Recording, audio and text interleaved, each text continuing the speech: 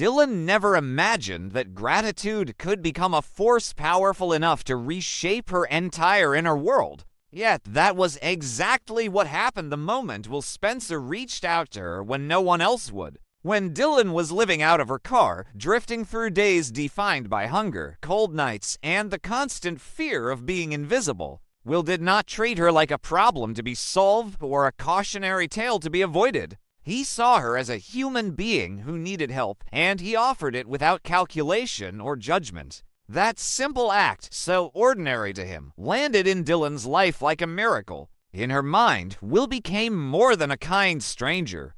He became the embodiment of hope itself, proof that fate had not completely abandoned her. From that moment on, gratitude was no longer just an emotion Dylan felt toward Will. It became the foundation upon which she rebuilt her sense of self, her belief in the future, and eventually, her understanding of love. As Dylan slowly stabilized, moving from her car into the guest house and gaining a fragile sense of safety, her emotional dependence on Will deepened in ways she did not immediately recognize. Survival had trained her to cling to whatever lifeline appeared, and Will was the first lifeline that had not slipped through her fingers. Every smile he offered, every casual check-in, every moment of concern felt monumental to someone who had spent so long being overlooked. Dylan began to tell herself that what she felt was natural, that destiny had placed Will in her path for a reason. She convinced herself that the intensity of her gratitude was evidence of something deeper, something meant to be.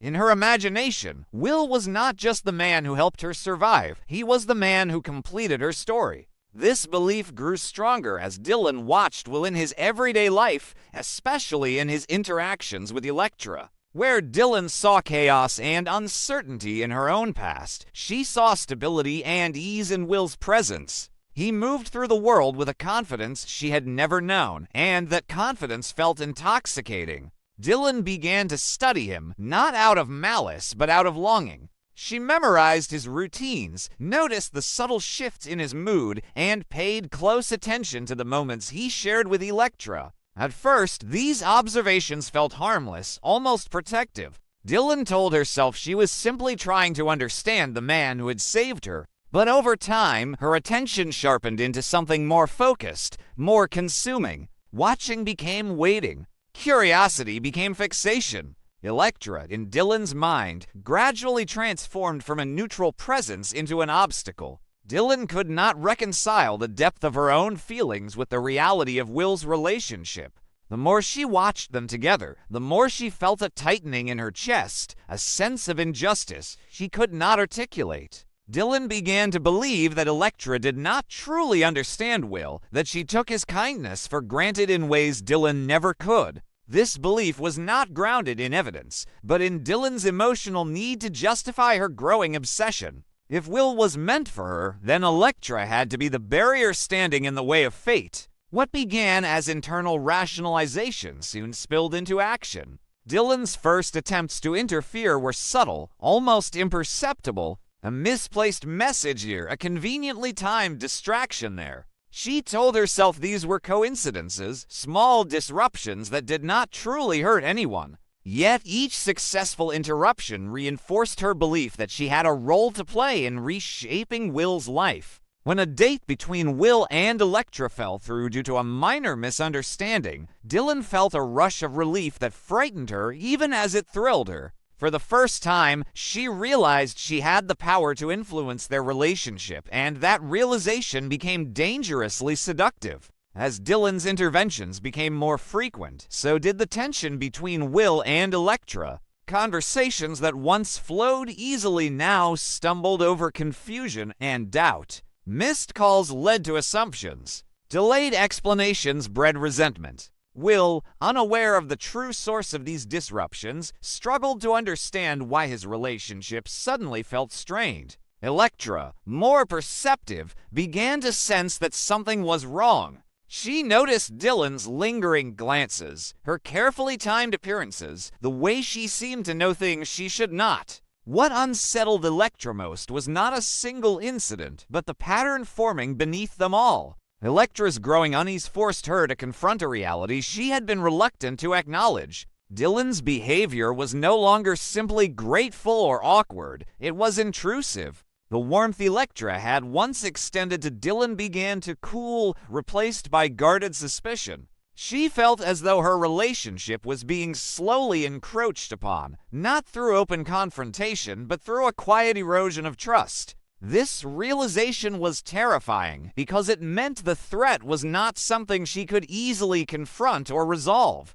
Dylan's actions were subtle enough to be denied, yet consistent enough to be deeply damaging. When Electra finally voiced her concerns to Will, it was not out of jealousy, but out of fear. She struggled to explain what she felt, knowing how easily she could be perceived as unkind or paranoid. Yet the weight of her anxiety left her no choice. She warned Will that Dylan's attachment seemed unhealthy, that her presence in their lives was beginning to feel invasive. Will listened, torn between his loyalty to the woman he loved and his compassion for the woman he had helped. He did not want to believe that Dylan's gratitude had curdled into obsession. Accepting that possibility would mean acknowledging that his kindness might have unintentionally fueled something dangerous. Dylan sensed the shift almost immediately. She noticed the guardedness in Electra's tone, the way Will's attention seemed divided. In her mind, this change confirmed her worst fears.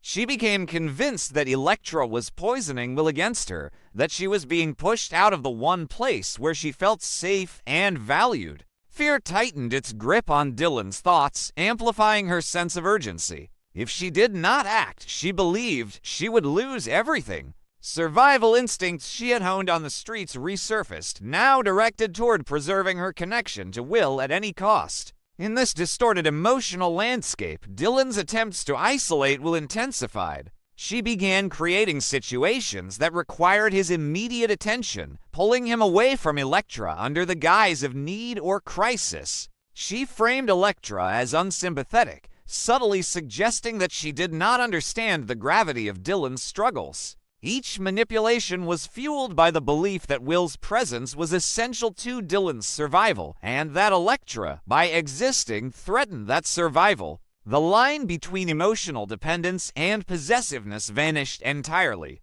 Electra, increasingly alarmed, recognized that Dylan's behavior had crossed into something genuinely dangerous. She no longer felt merely uncomfortable, she felt at risk. Her warnings to Will grew more urgent, her fear more pronounced. She understood that Dylan's actions were not driven by malice, but by a fragile psyche stretched beyond its limits. That knowledge made the situation more frightening, not less. Obsession rooted in desperation could escalate unpredictably, and Electra sensed that they were approaching a breaking point. The climax came not as a calculated act of violence, but as a reckless attempt to assert control. Dylan, overwhelmed by the belief that Electra was about to take Will away forever, made a choice that endangered them all. In that moment, her world narrowed to a single objective: to remove the obstacle standing between her and what she believed was her destiny. The action itself was chaotic, born of panic rather than planning, but its consequences were immediate and severe.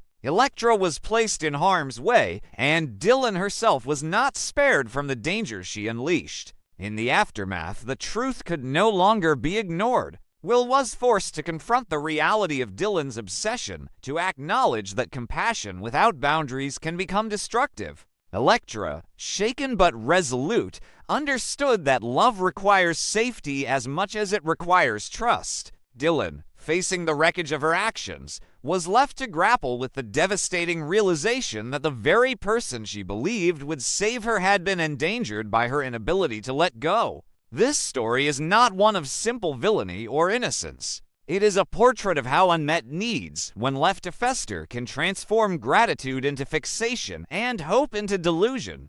Dylan's journey reveals the fragile line between being saved and being consumed, between love and obsession. In the end, the greatest tragedy is not the harm caused, but the lost opportunity for healing that might have been possible had boundaries been drawn before desperation took control. Dylan's desperation does not subside after the near-catastrophic incident that endangered both herself and Electra. On the contrary, it sharpens. What had once been frantic, impulsive behavior slowly mutates into something colder, more deliberate, and far more frightening. In the days that follow, Dylan realizes that sympathy is slipping through her fingers. The fragile image she has cultivated of a wounded woman simply trying to survive no longer guarantees protection. Electra's fear has become visible, Will's concern has begun to harden into suspicion, and that shift terrifies Dylan more than homelessness ever did.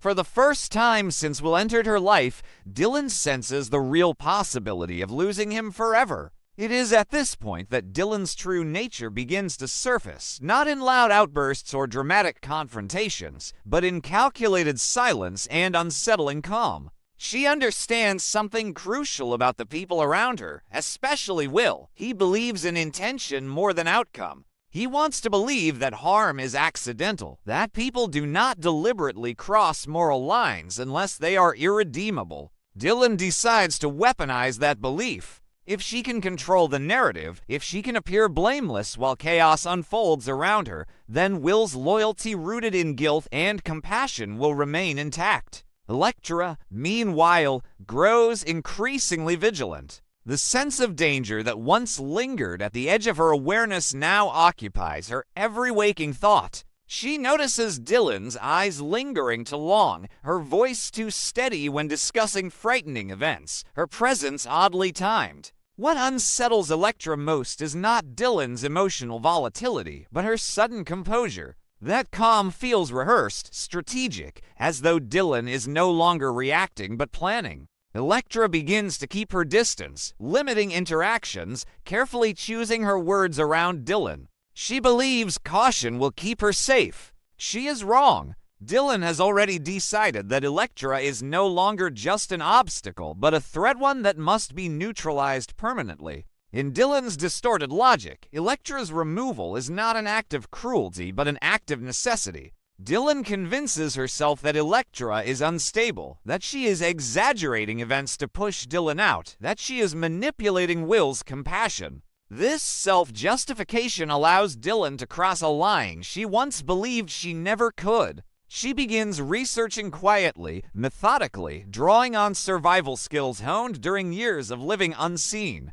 Pharmacies, medicine cabinets, casual conversations overheard and remembered. Dylan absorbs details the way others absorb noise, filtering out only what she needs. The plan forms gradually, its simplicity part of its danger. Dylan does not intend to hurt Electra permanently, at least not in her own mind. She tells herself that she only needs to make Electra appear unreliable, erratic, perhaps reckless. If Will begins to doubt Electra's version of events, Dylan believes, then everything will fall back into place. Trust will return. Safety will return. Destiny will be restored. The fact that this logic rests on deception and physical harm no longer registers as immoral to Dylan. It feels inevitable. The opportunity presents itself on an ordinary evening, which is precisely why it works. Dylan approaches Electra under the guise of reconciliation, her tone soft, apologetic, layered with vulnerability.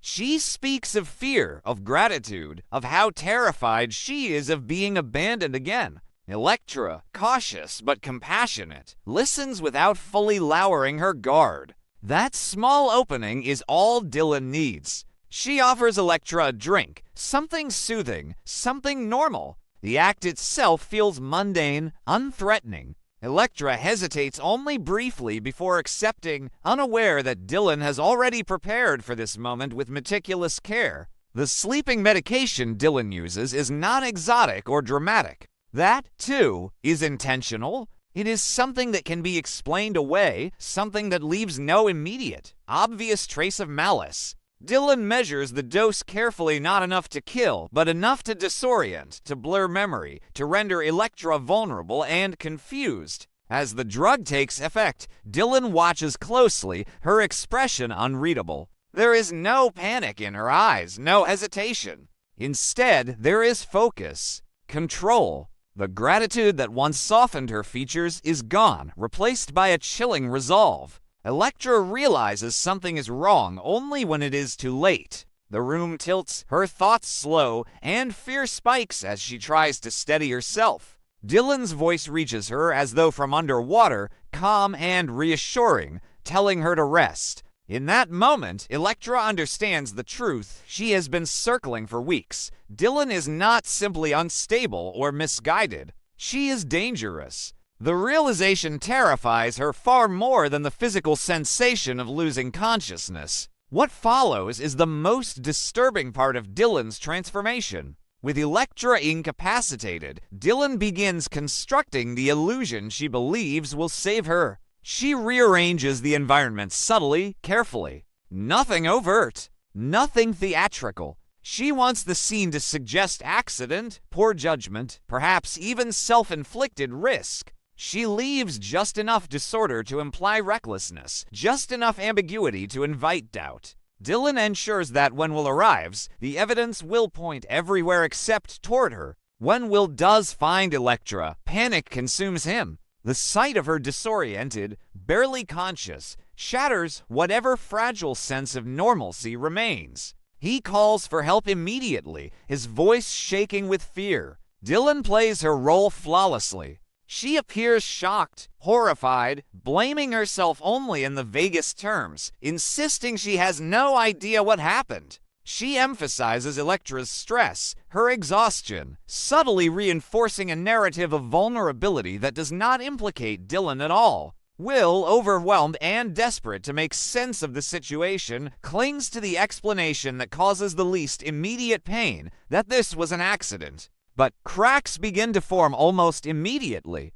Medical professionals note inconsistencies. Electra, once awake, struggles to recall the moments leading up to her collapse, but fragments surface sensations, images, a feeling of being watched rather than helped. Her body tells a story her mind cannot fully reconstruct yet. As the fog clears, fear returns with sharper edges. Electra knows she did not make a careless mistake. She knows someone did this to her, and as her strength returns, so does her determination. Will finds himself trapped between two realities. On one side is Dylan, the woman he once helped, now fragile and seemingly persecuted, insisting she would never harm anyone. On the other is Electra, shaken but resolute, warning him that Dylan's obsession has crossed into deliberate violence. Will's internal conflict becomes unbearable. Guilt anchors him to Dylan. Love pulls him toward Electra. He wants proof, clarity, something undeniable that will allow him to choose without destroying someone he once believed he was saving. Dylan senses Will's hesitation and realizes the danger is not over. The staged scene bought her time, but not certainty. Electra's survival is a variable Dylan failed to fully account for. As Electra grows stronger, Dylan grows more cornered. The calm that once empowered her begins to fracture, giving way to flashes of paranoia and rage. She starts making mistakes, contradictions in her story, emotional reactions that no longer align with her carefully constructed persona. Each slip brings her closer to exposure. The truth, when it begins to emerge, does so not through a single revelation, but through accumulation. Small details that do not align. Test results that raise questions. A timeline that no longer fits Dylan's version of events. Will, forced at last to confront the possibility that his kindness has been exploited, experiences a crushing sense of betrayal. He realizes that by refusing to set boundaries earlier, by insisting on seeing Dylan only as a victim, he may have enabled her descent into something far darker. For Electra, the reckoning is equally painful. She must accept that danger did not come from a stranger, but from someone welcomed into her life through compassion. The violation cuts deep, eroding her sense of safety and trust. Yet it also strengthens her resolve. Electra refuses to be silenced or dismissed as unstable. She understands now that survival requires confrontation, not avoidance. As the situation escalates, Dylan's world begins to collapse under the weight of her own actions. The destiny she believed she was protecting slips further out of reach with every lie, every manipulation. In her final moments of clarity, a horrifying truth emerges. The very acts she committed to keep Will close have ensured his permanent loss. Gratitude twisted into obsession, obsession hardened into control, and control exploded into violence. What remains is not love, but ruin. This chapter marks a turning point from which no character emerges unchanged. Will must reckon with the consequences of compassion without limits. Electra must rebuild trust after profound betrayal. And Dylan, exposed at last, stands as a haunting reminder of how easily salvation can become possession when desperation is left unchecked.